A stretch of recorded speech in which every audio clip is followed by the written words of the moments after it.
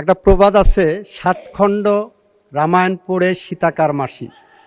আমি এতক্ষণ বললাম যে আমরা কমিটি করেছি, যাচাই বাছাই করছি এবং এই মামলাগুলো প্রত্যাহার করার জন্য যাবতীয় পদক্ষেপ আমরা গ্রহণ করব। মাননীয় স্পিকার। জনাব জয়নুল আবেদিন ফারুক, নোয়াখালী 2, একটি সম্পূরক প্রশ্ন করতে পারেন।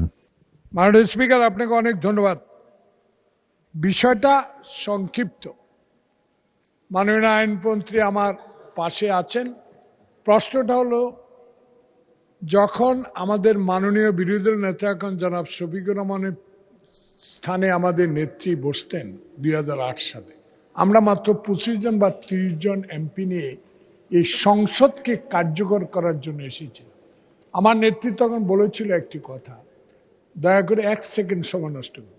মাননীয় সদস্য, আপনি একদম সিনিয়র সম্পর্কে করব, সরাসরি একটু প্রশ্ন সম্পর্কে করব এই কারণে যে দেশ থেকে জরুরি ঋণ উঠাবার জন্যই আমরা এই সংসদে এসেছি, কিন্তু থাকতে পারিনি। 200-র বেশি সার্ভিস ও ফিচারে লেনদেনের সব বিকাশ অ্যাপে সম্ভব। কথা ছিল তখন তৎকালীন প্রধানমন্ত্রী শেখ হাসিনার পুত্র ভিওপি ব্যবসার সাথে জড়িত ছিলেন বিদায় আমরা তার বিরুদ্ধে এখানে কথা বলাতে আমার বিরুদ্ধে 64 জেলায় 64টা মামলা দেওয়া হয়েছে।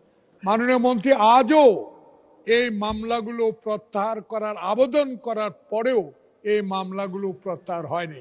আমি ব্যক্তিগত হলো সকল মামলাগুলো প্রত্যাহারের ব্যবস্থা করবেন বলে আমি আশা রাখি। আপনাকে ধন্যবাদ। মাননীয় মন্ত্রী, মামলা প্রত্যাহার করবেন কিনা? ধন্যবাদ মাননীয় স্পিকার। একটা প্রবাদ আছে, 7 খণ্ড রামায়ণ পড়ে সীতাকার মাসি। আমি এতক্ষণ বললাম যে আমরা কমিটি করেছি, যাচাই বাছাই করছি এবং এই মামলাগুলো প্রত্যাহার করার জন্য যাবতীয় পদক্ষেপ আমরা গ্রহণ করব। মাননীয় স্পিকার, আপনাকে ধন্যবাদ।